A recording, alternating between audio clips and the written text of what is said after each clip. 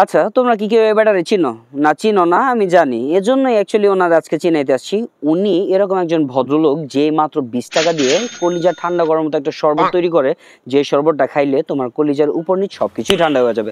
Well viewers, তোমরা যারা নারায়ণগঞ্জ সম্পর্কে আইডিয়া রাখো তারা অবশ্যই বন্দর চিনবা, আর যারা বন্দর চিনে থাকো তারা আই থিঙ্ক 200 বছর পুরনো একটা হাট আছে, কাইকারটেক হাট, এটাও চিনে থাকবা।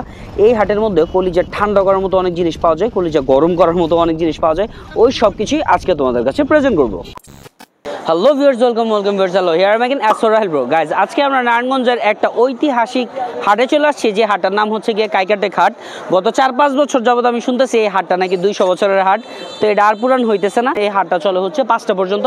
সো আমি যেহেতু লাস্ট মোমেন্টে আসছি, এখানে এসে আমি লিটারালি কিছু আদা রসুন সবজি ফল আর হচ্ছে বেল, এগুলো ছাড়া আর কিছুই পাই নাই। তবে একটা অ্যামেজিং জিনিস পাইলাম, সেটা হচ্ছে গিয়ে একটা মিঠাইয়ের শরবত, বা অনেকে গুড়ের শরবত বলতে পারে।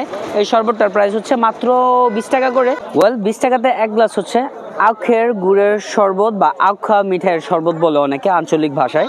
তো এটার মধ্যে এই পরিমাণে মিঠাই দিয়ে দেয়, মানে অ্যাকচুয়ালি এই পরিমাণে মিঠাই দেয় না, এতটুকু ভাঙা যতটুকু দেখতেছেন এতটুকু হচ্ছে গিয়ে ছেঁচা বা পিসা হচ্ছে দেয়, সাথে লেবু দিয়ে দেয়, 2টা লেবুর পিস দিয়ে দেয়, ঠান্ডা ঠান্ডা পানি থাকে যেটার মধ্যে বরফের কুচি দিয়ে দেয়। এইভাবে হচ্ছে মিক্স আপ করে দেন হচ্ছে একটা শরবত বানা দেয়। সো কাইকারটেক হাটে আইসা সর্বপ্রথম আমরা যেহেতু এই শরবতটা ট্রাই করলাম, প্রথমত খাবার নিয়ে আমি নিরাশ হই নাই। 20 টাকা হিসেবে এটা খুবই মজাদার। কেউ যদি অ্যাক্সিডেন্টলি বা প্ল্যানিং করে হচ্ছে কাইকারটেক হাটে আসেন, এটা মামার নাম কি যেন বলেন, রানা মামা তাই না, ওনার কাছ থেকে এসে আপনার মিঠাই শরবতটা খাইতে পারেন। আই থিঙ্ক 20 টাকার মধ্যে খারাপ হবে না, খুব ভালো হবে। সো যাই হোক, আমরা আশেপাশে আরও ঘুরি, দেখি যে আশেপাশে আর কি কি পাওয়া যায়। আই থিঙ্ক মানুষের জুটাগুলা খাবো, মানে 2-3টা খাবার আইটেমই পাবো, সো ওগুলো খাবো না। এটা কি মামা, মুরগির পায়া?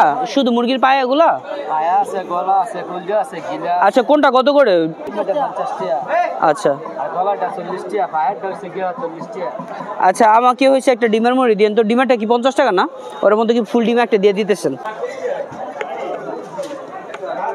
ডিমের সাথে আলু দিয়ে দিতেছেন না?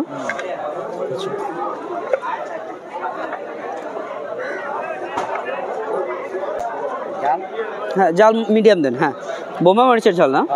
আচ্ছা ঠিক আছে।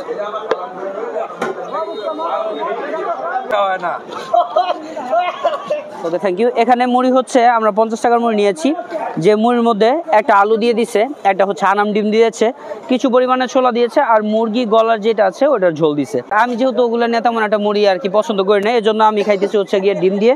সো এটার মধ্যে যেহেতু বোম্বাই মরিচের ঝাল দিয়ে দিয়েছে, দেখতে খুব সুন্দর লাগতেছে।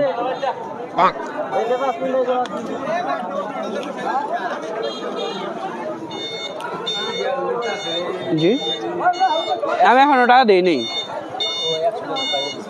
মনে হলে আমার তো পেট রিভিউ করাইতেছে। 50 টাকার মুড়ি খাইছে দেখে আমার 50 টাকা দিতেছে। যাই হোক, মুড়িটা মোটামুটি মাশাআল্লাহ ভালোই, আপনারা আসলে ট্রাই করতে পারেন। একটা আনাম ডিম দিয়ে দিবে, আলু দিবে, মশলার পরিমাণও খুব ভালো দিচ্ছে।